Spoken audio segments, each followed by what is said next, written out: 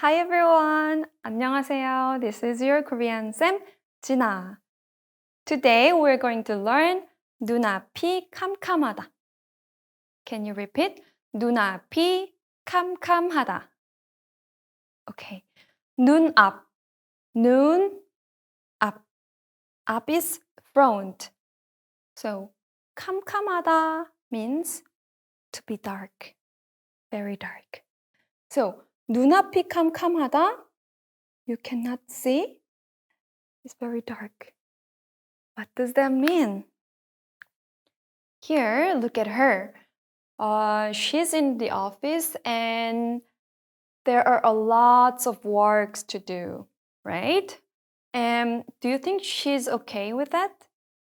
No, she's very upset and frustrated and don't know what to do, right? Yes, so we say 눈앞이 캄캄하다 as to be overwhelmed and feel very frustrated. It is used when a person is very overwhelmed by something or someone and don't know how to deal with it. Like her. Look at these examples. A. 시험 공부 잘 돼요? How's your study going? B. 아직도 공부할 게 너무 많아서 눈앞이 캄캄해요. I still have a lot to go over and I feel very hopeless, frustrated. 눈앞이 캄캄해요.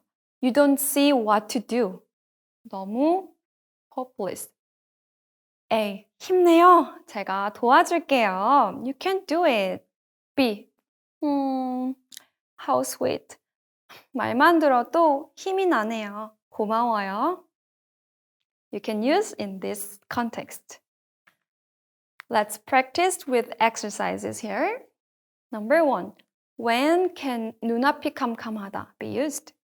Number 1. 피곤할 때. When you're tired. Number 2. 잠이 올 때. When you feel sleepy.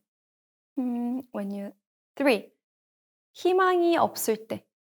When you don't have hope. Number 4. 방이 어두울 때. When your room is dark. 뭐예요? 맞아요. It's number 3. 희망이 없어요. You don't know what to do. You're very hopeless. 눈앞이 캄캄해요.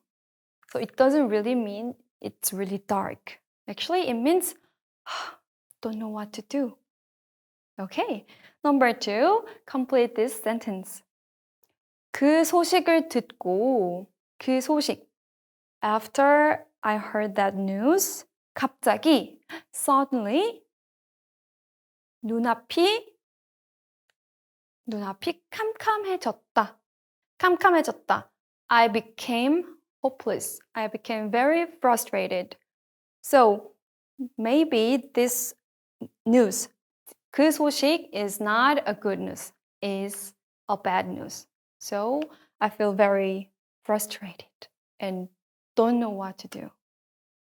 Okay, this is for you and I hope you all get today. Thank you. 다음 시간에 만나요.